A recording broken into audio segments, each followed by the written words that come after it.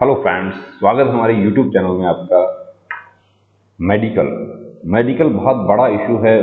जो आपका वर्दी पाने का सपना है उसके लिए क्या आप फिजिकल करते हैं, आप अपना रिटर्न का बहुत अच्छा तैयारी करते हैं, लेकिन मेडिकल में यदि आपको कोई पॉइंट होता है तो आपको मेडिकल में आउट कर दिया जाता है और आपका सारा सपना जो है वो टूट जाता है, सारी मेहनत जो है वो बेकार हो जाती है। एसएससी कांस्टेबल जीडी के एक हमारे साथी जो हैं वो आज हमको उन्होंने कॉल किया और कहा कि सर हमें अनफिट कर दिया गया है, कि सेंटर से अनफिट कर दिया गया। देखिए, बड़ा अफसोस हुआ क्योंकि वो कैंडिडेट तो ये कहते हैं कि मैं तो री मेडिकल में फिट हुआ था, और री मेडिकल वाले जो कैंडिडेट्स हैं उनका तो मेडिकल वैलिडिटी जो है वो यदि पुरानी गाइडलाइन के अनुसार भी यदि मानते हैं तो 1 साल होना चाहिए। और अभी जो नई गाइडलाइन जो एमएचए ने दे दिया है, ऑर्डर दे दिया है, 16 अप्रैल को एमएचए का जो लेटर है वो निकल गया है वहां से, और सीआईएसएफ का जो ज्वाइनिंग का जो पीडीएफ है उसके साथ में जो निर्देश है वो सर्कुलेट हो रहे हैं सोशल मीडिया पर। उसमें ये आ रहा है कि अभी रिक्रूटमेंट मेडिकल की वैलिडिटी 18 महीने कर दी गई है। उसके बावजूद भी कुछ सेंटर्स हमारे ऐसे हैं जहां पर देखिए बड़ा नाइंसाफी हो रहा है। पहले तो मैं ये जो कैंडिडेट है इसका मैं आपको रिकॉर्डिंग आपको सुनाता हूं, क्योंकि हमने रिकॉर्ड नहीं किया था, ये कैंडिडेट ने रिकॉर्ड किया था। ये कब बात हुई है इनसे पहले हमारी, ये अक्टूबर में जब आपके रीमेडिकल चल रहे थे उस समय, क्योंकि हम आपके रिकॉर्ड नहीं करते हैं, हमारे सिस्टम में रिकॉर्ड भी होता है। तो जब तक कैंडिडेट नहीं कहता है, कैंडिडेट बोल देता है कई बार कि सर हमारा रिकॉर्डिंग आप शेयर कीजिए, आप वीडियो बनाइए, या हम साधारणतः कोशिश करते हैं कि आप लोग हमारे साथ कोई पर्सनल मैटर जो है, पर्सनल प्रॉब्लम है, शेयर करते हैं। आपकी गोपनीयता बरकरार रखने का पूरा आश्वासन आपको दिया जाता है, पूरा वादा किया जाता है। आप जो डॉक्यूमेंट शेयर करते हैं वो हम आपके डॉक्यूमेंट्स किसी को नहीं देते। काफ़ी कैंडिडेट्स हमें कॉल करते हैं कि कोई जो ऑफर ऑफ अपॉइंटमेंट रिजेक्शन वाला लेटर है वो हमको दे दीजिए, हम उसको वेटिंग के लिए चैलेंज करेंगे। बिल्कुल कतई नहीं देंगे। पहले ये रिकॉर्डिंग आप सुनिए, आपको बहुत कुछ इसमें सीखने को मिलेगा, समझने को मिलेगा कि क्या हुआ, कैसे हुआ।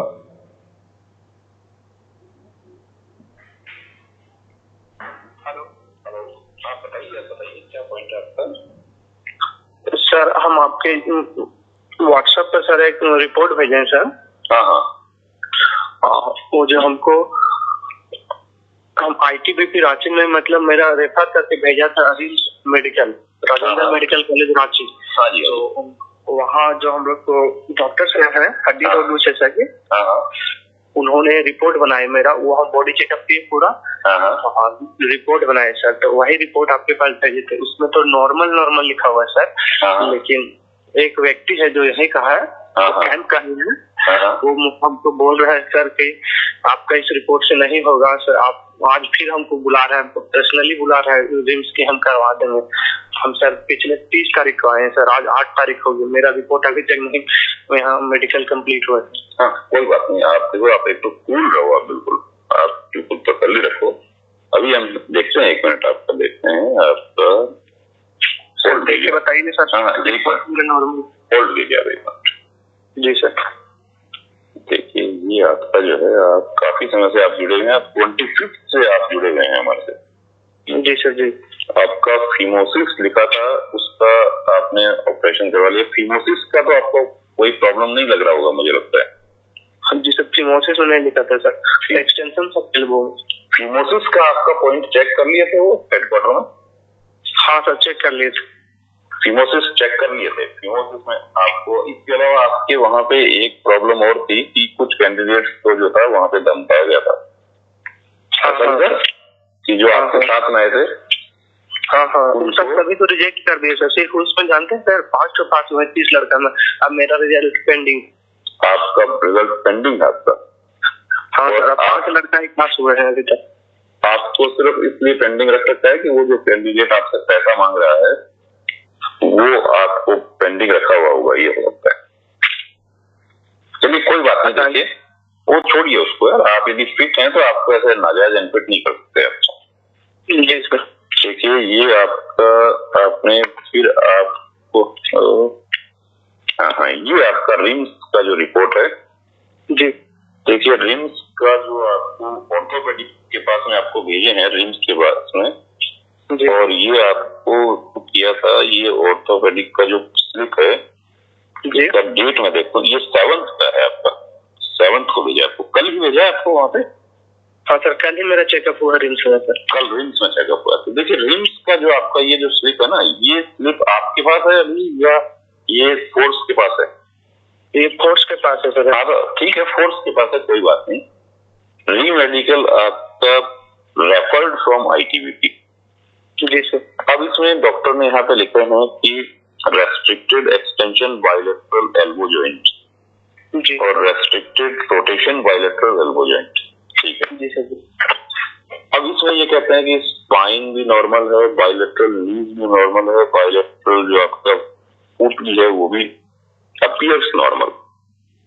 Bilateral elbow range of motion जो है वो आपके 4 प्रकार के जो है उसमें वो आपके बिल्कुल नॉर्मल लिमिट्स में है।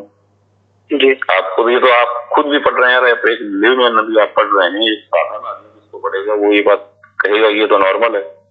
जी अब इसमें देखिए कि ये जो डॉक्टर हैं इन्होंने आपका यहाँ पे लिखा है कि इन्होंने क्या किया, ये वापस स्लिप जो है ना ये आपको ITBP को फॉरवर्ड कर दिया। जी उस पर इन्होंने लिखा कि काइंडली सेंड ऑर्थोपेडिक,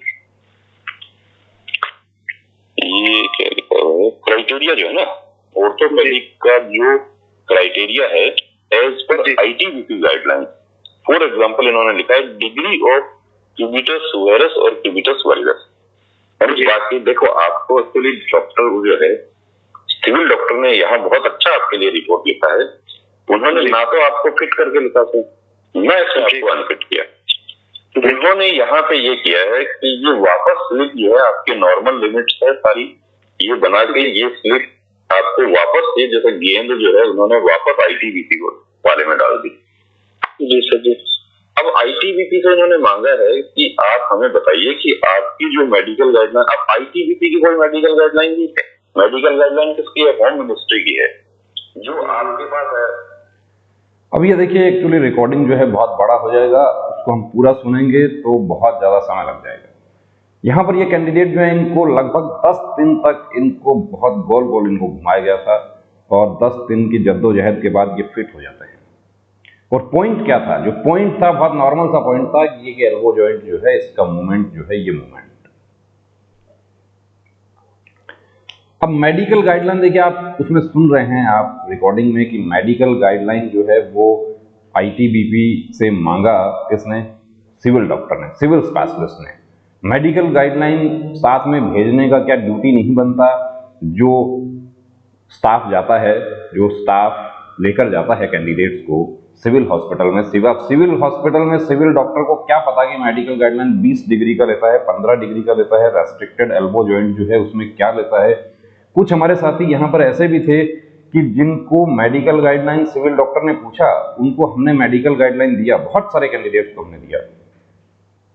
यह जो CAPF सब इंस्पेक्टर ने दिया, जो BSF हेड कांस्टेबल RORM में मेडिकल गाइडलाइन, एक व्हाट्सएप मैसेज आप कीजिए हमें, हम आपको तुरंत मेडिकल गाइडलाइन तुरंत भेज देंगे। वो मेडिकल गाइडलाइन रेस्ट्रिक्टेड नहीं है। देखिए सबसे पहले तो मैं बात करता हूँ ये कैंडिडेट जो है इसके साथ क्या होता है। ये कैंडिडेट जो है ये सेलेक्ट हो जाते हैं, बहुत अच्छा माहौल होता है, ये हमें व्हाट्सएप इन्होंने किया होगा, धन्यवाद दिया, हमने रिप्लाई कर दिया।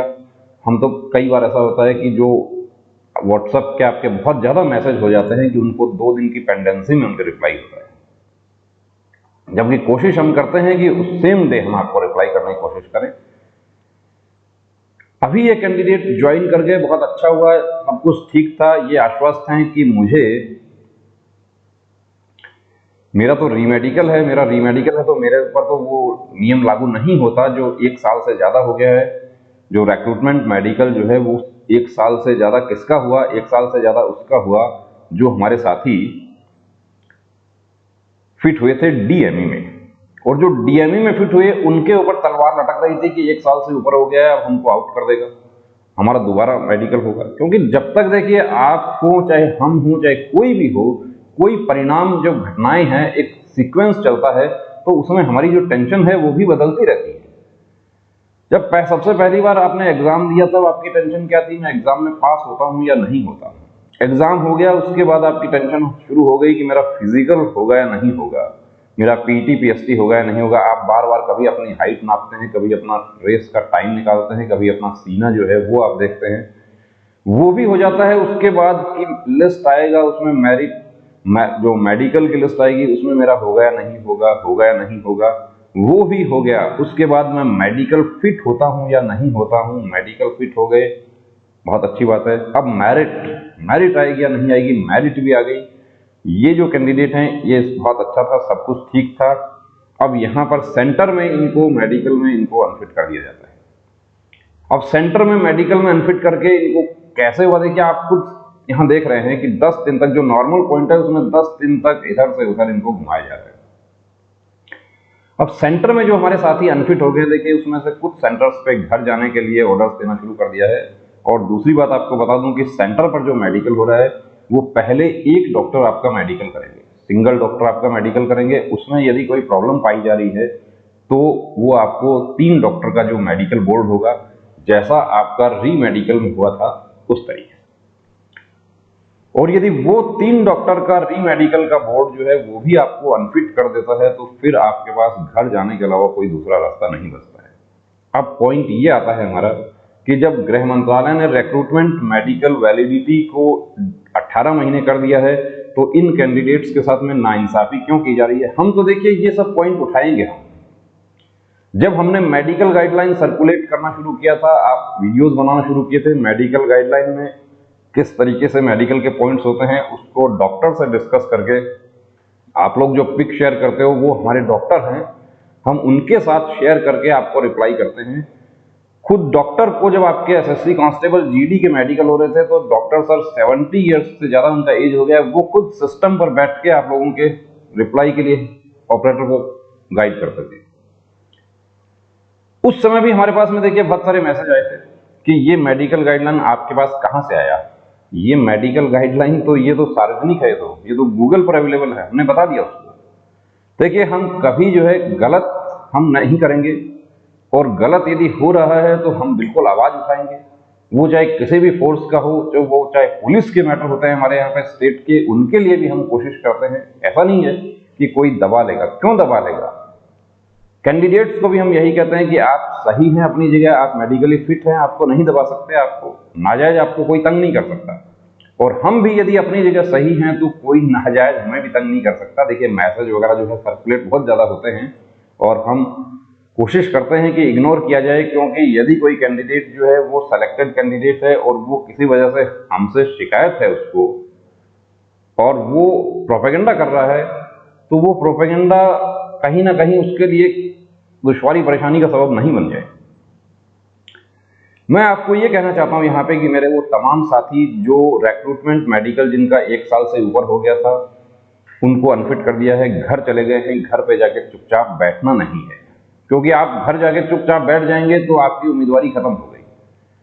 मेडिकल गाइडलाइन के अनुसार रिक्रूटमेंट मेडिकल की वैलिडिटी जो है वो 18 महीने कर दी गई है। उसका ऑर्डर जारी हो गया है 16 अप्रैल को। यदि आपका मेडिकल 16 से पहले हुआ है तो भी वो आपके ऊपर लागू होता है, और यदि आपका मेडिकल 16 अप्रैल के बाद हुआ है तो भी वो लेटर जो है आपके ऊपर लागू होता है। उस लेटर को हम दिखा चुके हैं आपको वीडियो में। वो लेटर भी कोई ऐसा नहीं है कि सीक्रेट लेटर नहीं है, वो लेटर CISF की एक PDF ज्वाइनिंग की PDF एक सर्कुलेट हो रही है सोशल मीडिया पर, उसके साथ अटैच है, वो पेज नंबर 17 पे। इसीलिए वो लेटर जो है उसको देखकर बहुत सारे कैंडिडेट्स हमको कहते हैं कि इसका पूरा PDF दीजिए, तो वो PDF पूरा नहीं है, वो पूरा PDF एक्चुअली CISF की जो ज्वाइनिंग की जो गाइडलाइंस हैं, कॉल लेटर्स कैसे बनेंगे, जो दिशा निर्देश CISF हेडक्वार्टर ने अपने जो रिक्रूटमेंट सेंटर्स हैं, ट्रेनिंग सेंटर्स हैं, उनको दिया है, उसके साथ वो सर्कुलेट किया जा रहा है कि अभी रिक्रूटमेंट मेडिकल की वैलिडिटी 1.5 साल कर दी गई है, तो अब मेडिकल उसी के अकॉर्डिंग किया जाए। कुछ हमारे साथी हैं, देखिए उनका ये डाउट है कि मुझे DNS की प्रॉब्लम हो जाती है 1 साल बाद, तो क्या मुझे फिर आउट कर देंगे। ऐसा नहीं है, आपका मेडिकल शेप 1 आपका मेडिकल होता है CAPF में, उस शेप 1 के हम अलग से वीडियो आपके लिए बनाएंगे।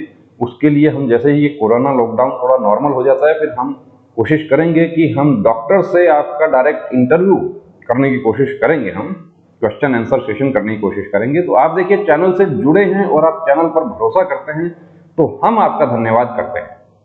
क्योंकि आप हैं तो हम हैं, आप लोग सपोर्ट करते हैं तब हम चलते हैं।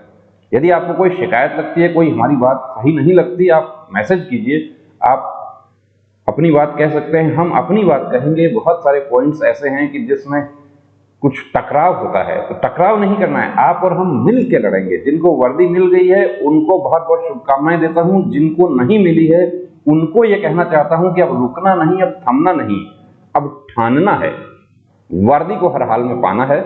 जय हिंद।